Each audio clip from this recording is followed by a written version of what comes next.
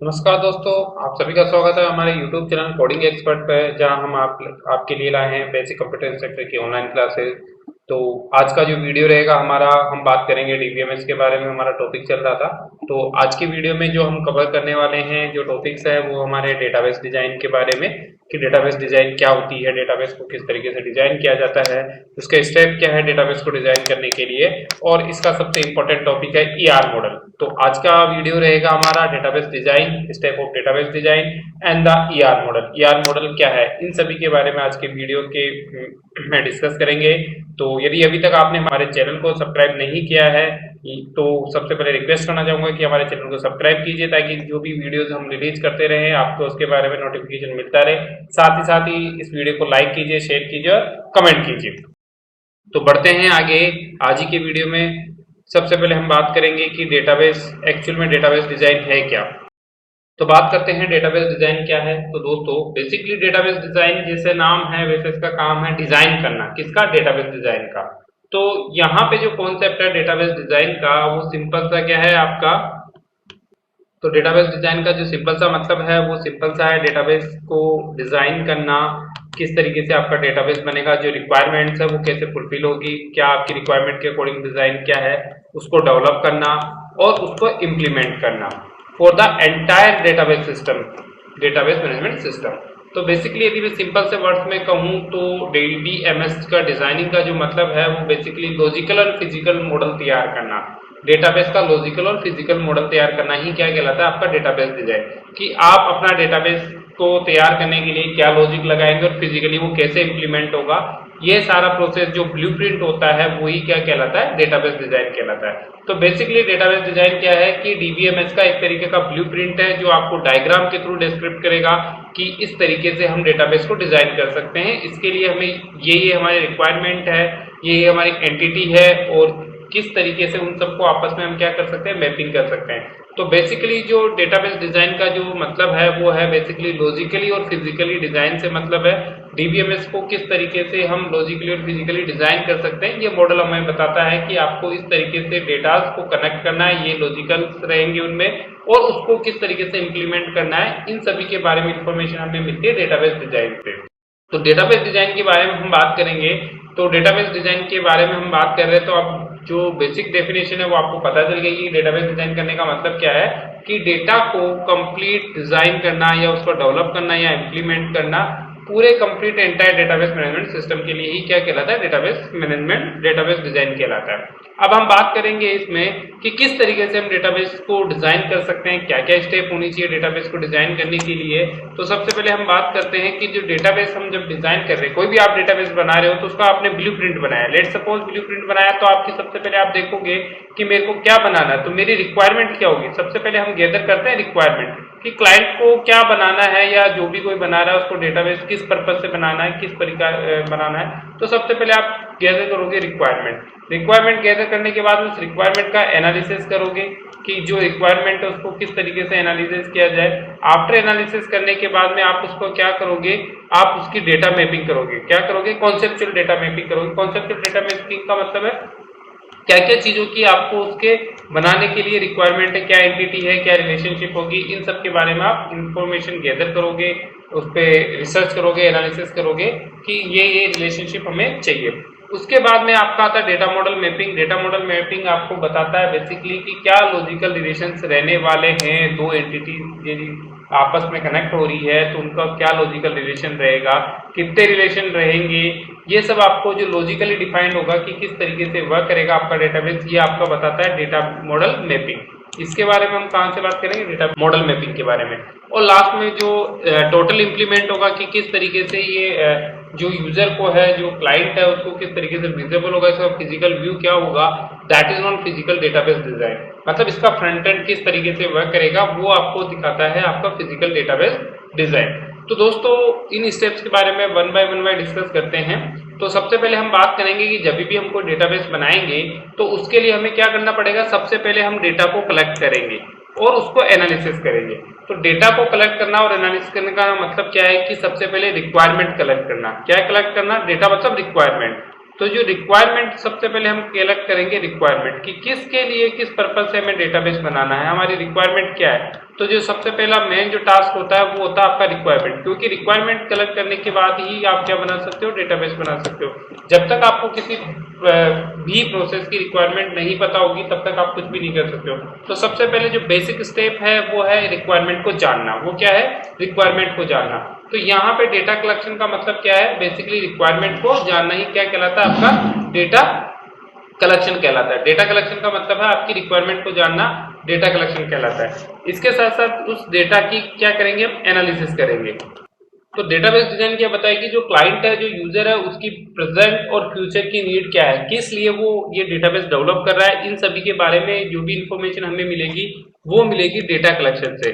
कहां से मिलेगी, डेटा कलेक्शन से। तो डेटा कलेक्शन बेसिकली क्या बताएगा, डेटा कलेक्शन आपके बताएगा कि जो यूजर की रिक्वायरमेंट क्या है, प्रेजेंट रिक्वायरमेंट क्या है, और आने वाले टाइम में इस डेटाबेस से वो क्या चाहता है, उन सभी के बारे में इंफॉर्मेशन जो मिलेगी वो होगी हमारे फर्स्ट स्टेप में, डेटा कलेक्शन एंड एनालिसिस में। तो डेटाबेस कलेक्शन करने के बाद में हमें क्या करना पड़ता है, एनालिसिस करना पड़ता है।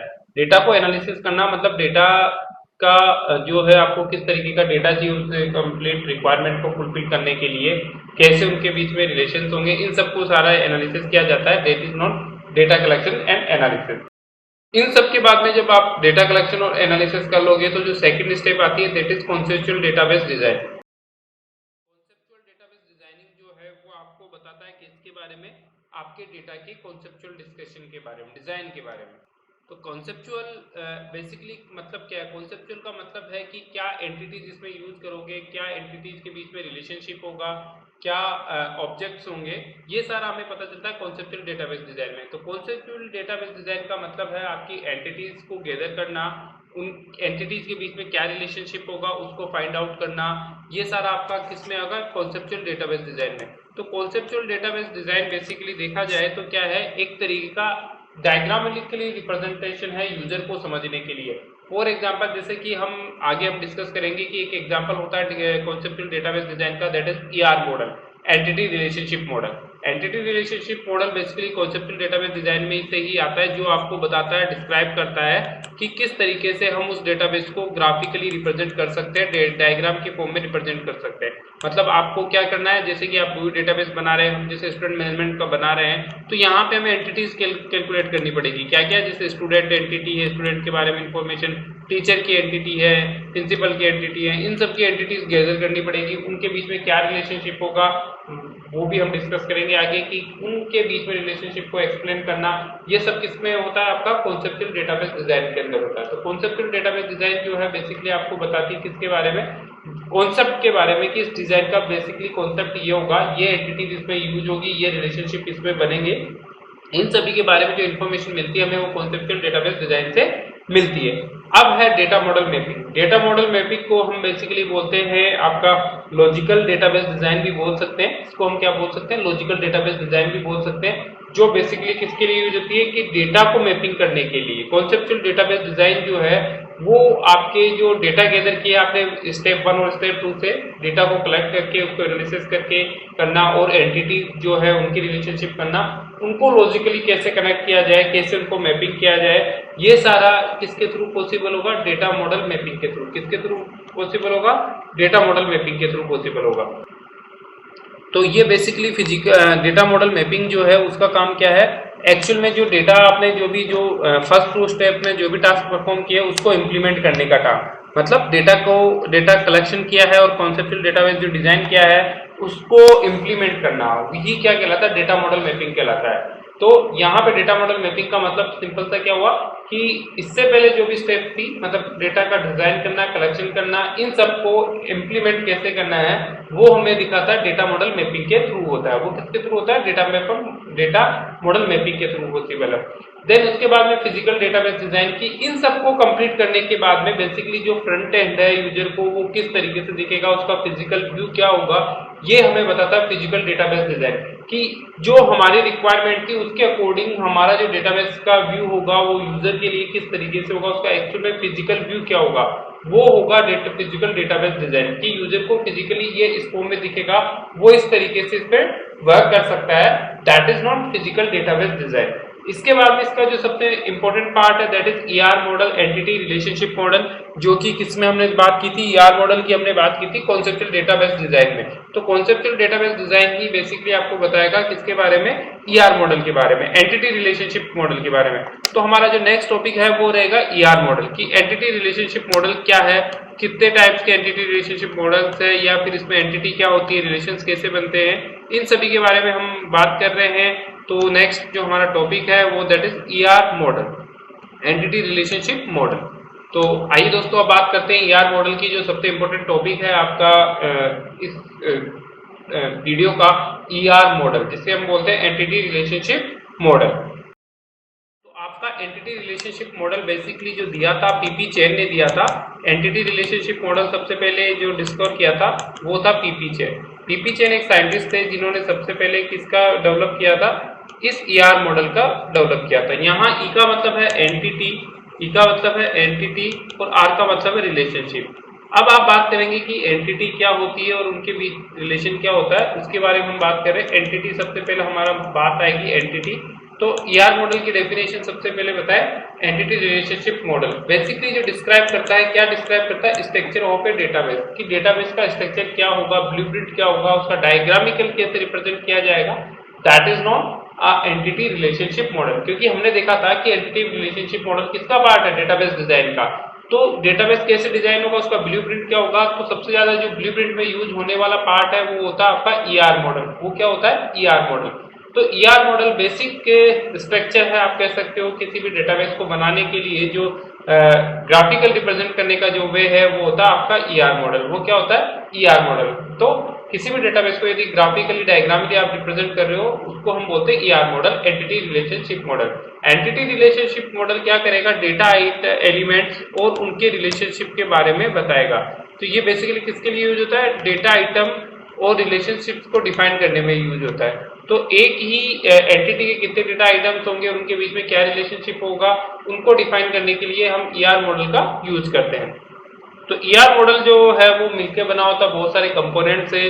तो ईआर मॉडल के अंदर क्या क्या कंपोनेंट है उसके बारे में हम डिस्कस करेंगे। सबसे पहले ईआर मॉडल में जो बेस कंपोनेंट आता है वो आपका होता है एंटिटी। वो क्या होता है, entity, then attribute, then relationship और की एट्रीब्यूट। ये चार मेजर कंपोनेंट है आपके ईआर डायग्राम के, ईआर एंटिटी रिलेशनशिप मॉडल के। तो एंटिटी रिलेशनशिप मॉडल का मतलब हुआ कि यदि सपोज कीजिए मैं कोई एक डेटाबेस बना रहा हूँ, स्टूडेंट और टीचर के बीच का कोई डेटाबेस बना रहा हूँ, तो यहाँ पे मैं एक स्टूडेंट को पहले यदि मैं डायग्राम बनाने से पहले जब मैंने डेटा कलेक्ट किया, रिक्वायरमेंट गैदर की, तो मैं उसके एक डेटा बनाऊंगा, मतलब उसका एक ग्राफिकली रिप्रेजेंट बनाऊंगा। ग्राफिकली रिप्रेजेंट मतलब उसका डायग्राम बनाऊंगा कि इस तरीके से हमें डेटाबेस को बनाना है। तो यहाँ पे स्टूडेंट और टीचर्स की यदि मैं बात करूँ तो मैं इसको इस तरीके से रिप्रेजेंट करूंगा कि स्टूडेंट को जो टीचर है वो क्या करता है, टीच करता है। तो उनके बीच में किस तरीके का रिलेशनशिप होगा, तो उसको हम रिप्रेजेंट करते हैं आपके ईआर डायग्राम से, उसको रिप्रेजेंट करते हैं ईआर डायग्राम से।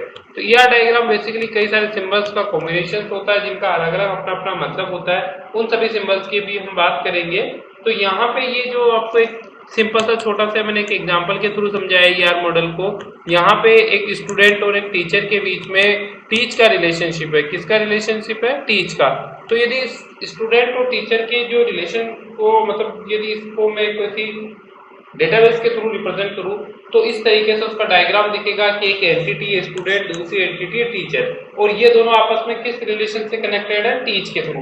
मतलब टीचर स्टूडेंट को क्या कर रहा है, टीच कर रहा है। तो इनकी कुछ प्रॉपर्टीज होगी, इनके कुछ कंपोनेंट होंगे, उन सभी के बारे में हम बात करेंगे ईआर मॉडल के अंदर। तो सबसे पहले जो ईआर मॉडल का जो सबसे पहले जो कंपोनेंट है दैट इज एंटिटी।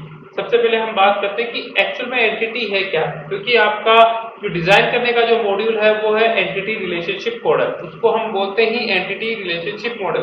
तो दोस्तों सबसे पहले बात आती है कि एक्चुअल में एंटिटी है क्या। एंटिटी हम किसे कहते हैं जिसकी आप बात कर रहे हैं कि एंटिटी रिलेशनशिप मॉडल के अंदर एंटिटी क्या है। तो बेसिकली एंटिटी की बात करूं तो एंटिटी क्या है, एक ऑब्जेक्ट, कोई भी क्लास, पर्सन या प्लेस का नेम जो भी है वो क्या कहलाएगा, आपका एंटिटी कहलाएगा। तो किसी भी डेटाबेस के अंदर जो बेसिक ऑब्जेक्ट है वो ही एंटिटी कहलाता है, चाहे वो किसी पर्सन का नेम हो, चाहे वो क्लास हो, चाहे वो आपके इसका पैलेस हो, कोई भी ऑब्जेक्ट जो होगा वो क्या कहलाएगा, एंटिटी कहलाएगा। और इस एंटिटी को हम किसी भी आर डायग्राम में रिप्रेजेंट करते हैं एक रेक्टेंगल से। किससे रिप्रेजेंट करते हैं? एक रेक्टेंगल से। ये एक रेक्टेंगल है, इसको रिप्रेजेंट किया जाता है एंटिटी से, इसको रिप्रेजेंट किया जाता है एंटिटी से, इसको किससे रिप्रेजेंट किया जाता है? एंटिटी से रिप्रेजेंट किया जाता है। तो बेसिकली एंटिटी क्या है? एंटिटी जो है आपकी कोई भी ऑब्जेक्ट, क्लास, पर्सन क्या है जिसको हम रिप्रेजेंट करते हैं डायग्राम में एक रेक्टेंगल से। तो रेक्टेंगल से जो रिप्रेजेंट किया जाता है उसको एंटिटी कहते हैं। तो इसको एक एग्जांपल से समझाया गया है कि एक रिलेशनशिप है, एक ईआर मॉडल है एम्प्लॉय और डिपार्टमेंट के अंदर। कैसे? वर्क फोर, मतलब एम्प्लॉय डिपार्टमेंट के लिए क्या काम कर रहे हैं? वर्क कर रहे हैं। तो इनको यहाँ पे एम्प्लॉय और डिपार्टमेंट, कौन सा एम्प्लॉय किस डिपार्टमेंट के लिए काम कर रहा है, ये बेसिकली होगी एंटिटी। तो इस एंटिटी को यहाँ पे समझाया है किससे? आपकी रेक्टेंगल से। ये जो आपको रेक्टेंगल यहाँ पे विजिबल हो रहा है, ये एक एम्प्लॉय एक एंटिटी है और दूसरी एंटिटी है डिपार्टमेंट, दूसरी एंटिटी है डिपार्टमेंट। और ये दोनों आपस में लिंक है, तो अलग अलग एंटिटीज आपस में एक रिलेशन के थ्रू मैप होती है। तो यहाँ पे ये दोनों एंटिटीज जो आपस में एक रिलेशन के थ्रू आपस में कोऑर्डिनेट हो रही है, वो रिलेशन है वर्क फोर। वो क्या है? वर्क फोर रिलेशन है। तो ये कहलाएगी आपकी एंटिटी। अब जो एंटिटी है वो भी क्या हो सकती है? अलग दो, एक अलग डिफरेंशिएट हो सकती है। एंटिटी को फर्दर डिवाइड कर सकते हैं अपन। बेसिकली उसको हम बोलते हैं वीक एंटिटी। हम क्या बोलते हैं? Week entity. तो यहाँ पे वीक एंटिटी का मतलब एक तरीके से ये है कि कोई भी एंटिटी जो दूसरे के ऊपर डिपेंडेंट होती हो, एक ऐसी एंटिटी जो दूसरी एंटिटी पे डिपेंड होती हो, that is not weak entity. Weak का मतलब क्या होता है? कमजोर। तो कोई भी जो डिपेंडेंट नहीं, मतलब जो एक ऐसी दो तरीके की एंटिटी आप समझ सकते हो कि एक तो हो गई एंटिटी। एंटिटी मतलब कि कोई भी नाम, पर्सन, क्लास, ये हो गई आपकी एंटिटी। ये सबसे छोटी से छोटी स्मॉल यूनिट है किसी भी डेटाबेस की। इसको आप फर्दर डिवाइड नहीं कर सकते हो और इसको आगे ब्रेक नहीं कर सकते। फॉर एग्जांपल जैसे मैं बात करूं, नेम किस स्टूडेंट के बारे में बात करता हूं, तो स्टूडेंट कोई भी डेटाबेस में बना रहा हूं तो स्टूडेंट और टीचर दो अलग अलग एंटिटी हो गई।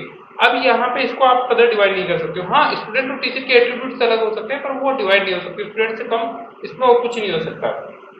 तो एंटिटी तो ये हुई। अब वीक एंटिटी क्या है कि कोई भी एक एंटिटी का जो डिपेंडेंट है वो दूसरी एंटिटी के ऊपर डिपेंडेंट है, मतलब वो फ्रीडम नहीं है, वो उसका जो भी वैल्यूज होगी वो कहीं के दूसरी एंटिटी से रिलेटेड होगी। तो वो डिपेंडेंट होती है। यदि कोई भी एक एंटिटी दूसरी एंटिटी के ऊपर डिपेंड होती है, उसके आने वाली वैल्यूज फर्स्ट एंटिटी पे डिपेंड करती है, वो कहलाएगी आपकी वीक एंटिटी। तो वीक एंटिटी को हम जो शो करते हैं वो डबल रेक्टेंगल के थ्रू शो करते हैं। मतलब कोई भी एंटिटी है, ये एक रेक्टेंगल हो गया, ये सिंपल सी एंटिटी होगी, और यदि कोई वो एंटिटीज को यदि हम डबल रेक्टेंगल में यूज करें तो ये वीक एंटिटी हो जाएगी। क्यों? क्योंकि ये डिपेंडेंट है, किसी के ऊपर डिपेंडेंट है, तो that is weak entity. For example जैसे हमने समझा है कि लोन एक एंटिटी है।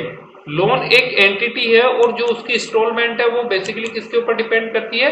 आपकी लोन पे। तो इंस्टॉलमेंट, क्योंकि जब तक लोन नहीं होगा तब तक क्या नहीं होगी? आपकी फ्रीडम इंस्टॉलमेंट नहीं होगी। तो बिना लोन के इंस्टॉलमेंट आएगी नहीं। लोन तो कभी भी आ सकता है, ठीक है। वो एक फ्रीडम टोटली अनडिपेंडेंट वाली एंटिटी है, किसी के ऊपर डिपेंडेंट नहीं है। बट इंस्टॉलमेंट कब बनेगी? जब लोन होगा तभी आपकी इंस्टॉलमेंट बनेगी। बिना लोन के कोई इंस्टॉलमेंट नहीं बन सकती। तो इंस्टॉलमेंट की जो भी एट्रीब्यूट है वो सब किसके ऊपर डिपेंड करेंगे? लोन एंटिटी पे। किसके ऊपर डिपेंड करेंगे? लोन एंटिटी पे।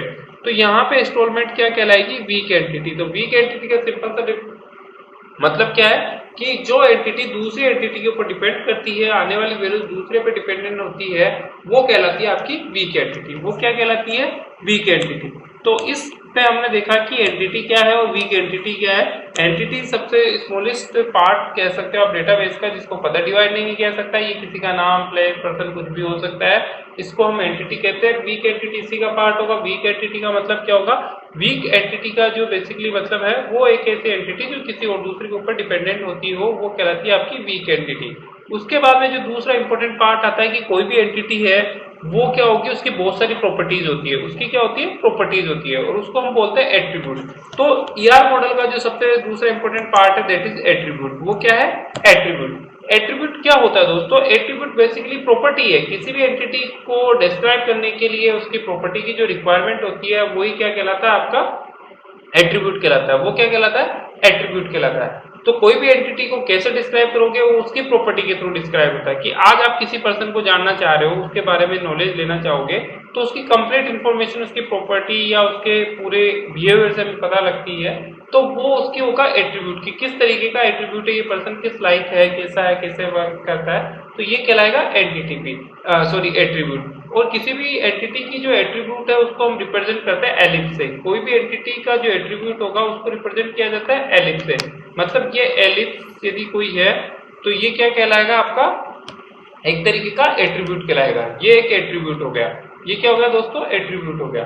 तो यहाँ पे कोई भी एंटिटी है उसके बहुत सारे एट्रीब्यूट्स हो सकते हैं, अनडिपेंडेंट एट्रीब्यूट्स हो सकते हैं, अलग बहुत सारी प्रॉपर्टीज हो सकती है, वो क्या कहलाती है, आपकी एट्रीब्यूट कहलाती है। और इसको रिप्रेजेंट किया जाता है एलिप्स से। फॉर एग्जांपल देखिए, जैसे एक स्टूडेंट एक एंटिटी है, हमने बात की, तो स्टूडेंट की बहुत सारी प्रॉपर्टीज हो सकती है। फॉर एग्जांपल स्टूडेंट का नेम हो सकता है, उसके फादर्स नेम हो सकते हैं, उसके डीओबी हो सकता है, उसके मार्क्स हो सकते हैं, उसके रोल नंबर हो सकते हैं, उसके एसआर नंबर हो सकते हैं, उसके एनरोलमेंट नंबर हो सकते हैं, उसकी एज हो सकती है, उसका नेम हो सकता है, इसी तरह उसका मदर नेम होता है, उसके मोबाइल नंबर होता है, उसका एड्रेस हो सकता है। इस तरीके की बहुत सारी प्रॉपर्टीज जो जिसको डिफाइन कर रही है, बेसिकली स्टूडेंट को डिफाइन कर रही है, ये कहलाएगा एट्रीब्यूट। ये क्या कहलाएगा, आपका एट्रीब्यूट कहलाएगा। अब बात करते हैं कि जो ये एट्रीब्यूट है ये भी क्या हो सकता है, आपका डिफरेंट डिफरेंट टाइप्स का हो सकता है। तो देखिए यहाँ पे एक एग्जांपल में एक स्टूडेंट की एक एंटिटी है और इस एंटिटी का हमने बहुत सारे एट्रीब्यूट बताए। जैसे स्टूडेंट का क्या हो सकता है, नेम हो सकता है, उसकी एक आईडी भी हो सकती है, उसका एक फोन नंबर भी हो सकता है, उसकी एक एज भी हो सकती है। तो एक स्टूडेंट के बहुत सारे हमारे क्या हो सकते हैं, एट्रीब्यूट्स हो सकते हैं। बहुत सारे क्या हो सकते हैं, एट्रीब्यूट्स हो सकते हैं।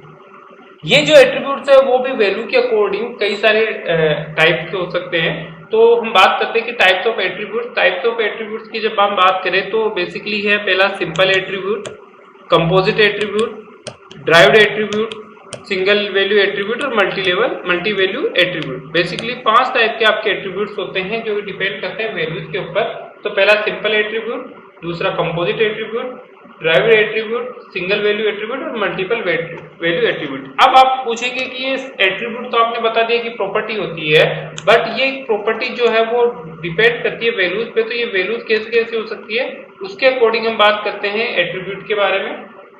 तो सबसे पहले हम बात करते हैं सिंपल एट्रीब्यूट। सिंपल एट्रीब्यूट का मतलब है कि ऐसी एटॉमिक वैल्यू जिसको आप फर्दर डिवाइड नहीं कर सकते। क्या नहीं कर सकते, डिवाइड नहीं कर सकते। सिंगल वैल्यूज होगी वो क्या कहलाएगी, आपकी सिंगल एट्रीब्यूट कहलाएगी। फॉर एग्जांपल जैसे मोबाइल नंबर है, किसी स्टूडेंट की मोबाइल नंबर है, उसको आप आगे डिवाइड नहीं कर सकते, ना तो उसको कहीं से आप ड्राइव करके लाए हो या कुछ भी किया है। वो एक मोबाइल नंबर एक ऐसी एट्रीब्यूट है, ऐसी प्रॉपर्टी है जिसको आगे डिवाइड नहीं किया जा सकता है। ठीक है। इसी तरीके से यदि कोई एसआर नंबर है स्टूडेंट का, एनरोलमेंट नंबर है, वो भी आगे डिवाइड नहीं किया जा सकता है। वो भी क्या है, आपकी सिंपल एट्रीब्यूट है। वो क्या है, सिंपल एट्रीब्यूट, कि जिसको आगे हम डिवाइड नहीं कर सके, ऐसी एटॉमिक वैल्यू जिसको डिवाइड नहीं कर सकते, वो कहलाती है आपकी सिंपल एट्रीब्यूट। सिंपल एट्रीब्यूट की बात करते हैं कंपोजिट एट्रीब्यूट। कंपोजिट जैसा नाम है, कंपोजिट मतलब एक ऐसा एट्रीब्यूट जो एक से ज्यादा एट्रीब्यूट से बनके बना हुआ है। मतलब कोई भी एक ऐसी एट्रीब्यूट जिसको बनाने के लिए हमें और ज्यादा एट्रीब्यूट स्केल पे लेनी पड़ी, उसको आगे डिवाइड कर सकते हैं हम, वो होगा कंपोजिट एट्रीब्यूट। फॉर एग्जांपल जैसे किसी स्टूडेंट का नेम होता है, तो नेम में क्या हमें पता है कि नेम किस किस से मिलके बना हो सकता है। अब यदि आपने कोई भी एक स्टूडेंट का नेम एक एट्रीब्यूट दे दिया, अब इस नेम एट्रीब्यूट को मैं फर्दर डिवाइड कर सकता हूँ। कैसे, कि इसकी एक और प्रॉपर्टी हो सकती है नेम की। नेम की क्या हो सकती है, आपका फर्स्ट नेम हो सकता है, मिडिल नेम हो सकता है, एफ नेम मतलब फर्स्ट नेम हो सकता है इसका, सेकंड इसका मिडिल नेम हो सकता है, एम नेम मिडिल नेम,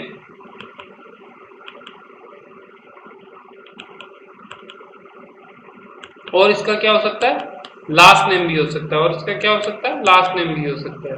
तो ये एक जो नेम है वो फर्दर आगे डिवाइड हो रहा है। तो बेसिकली जो नेम है ये इन स्मॉल 3 अलग अलग एट्रीब्यूट से मिलकर बना हुआ है। तो इस तरीके का जो एट्रीब्यूट होता है वो कंपोजिट एट्रीब्यूट होता है। वो क्या कहलाता है, आपका कंपोजिट एट्रीब्यूट कहलाता है। तो एट्रीब्यूट को एलिप्स से रिप्रेजेंट कर रहे हैं, हमें पता है एट्रीब्यूट को किससे रिप्रेजेंट किया जाता है, एलिप्स से रिप्रेजेंट किया जाता है। एट्रीब्यूट को किससे रिप्रेजेंट किया जाता है, एलिप्स। और यदि कोई सा भी एलिप्स और फर्दर एलिप्स में डिवाइड हो रहा है, मतलब कोई भी एट्रीब्यूट और आगे सब एट्रीब्यूट्स में डिवाइड हो रहा है, तो वो होगा कंपोजिट एट्रीब्यूट। वो क्या होगा, आपका कंपोजिट एट्रीब्यूट। दूसरा है आपका तीसरा टाइप का जो एट्रीब्यूट है, ड्राइव्ड एट्रीब्यूट। जैसे नाम है कि ड्राइव कर क्या है, मतलब इसकी वैल्यू किसी और दूसरे एट्रीब्यूट से यदि फाइंड आउट हो रही है, तो वो बोलाएगा आपका ड्राइव्ड एट्रीब्यूट। वो क्या कहलाएगा, ड्राइव्ड एट्रीब्यूट। फॉर एग्जांपल कि जैसे मैंने स्टूडेंट की एक एंटिटी ली, डीओबी। क्या ली, मेरी एक एंटिटी है डीओबी। अब यदि मैं इस डीओबी से एज फाइंड करना चाहूँ, किसी भी स्टूडेंट की डीओबी से क्या फाइंड करना चाहता हूँ, एज फाइंड करना चाहता हूँ, तो मैं इजीली फाइंड कर सकता हूँ। तो यहाँ पे एज कैलकुलेट करने के लिए मेरे को और किसी चीज की रिक्वायरमेंट नहीं है, मेरे को किससे रिक्वायरमेंट रहेगी, डीओबी से। तो डीओबी से मैं क्या कर सकता हूँ, एज फाइंड कर सकता हूँ। तो एज जो है वो कहाँ से ड्राइव होकर आ रही है, एक डीओबी एट्रीब्यूट से। किससे, डीओबी एट्रीब्यूट। तो किसी भी स्टूडेंट का यदि डीओबी आप पता है तो आप उससे क्या निकाल सकते हो, एक दूसरा एट्रीब्यूट्स ऑफ कैलकुलेट कर सकते हो, वो होगी एज।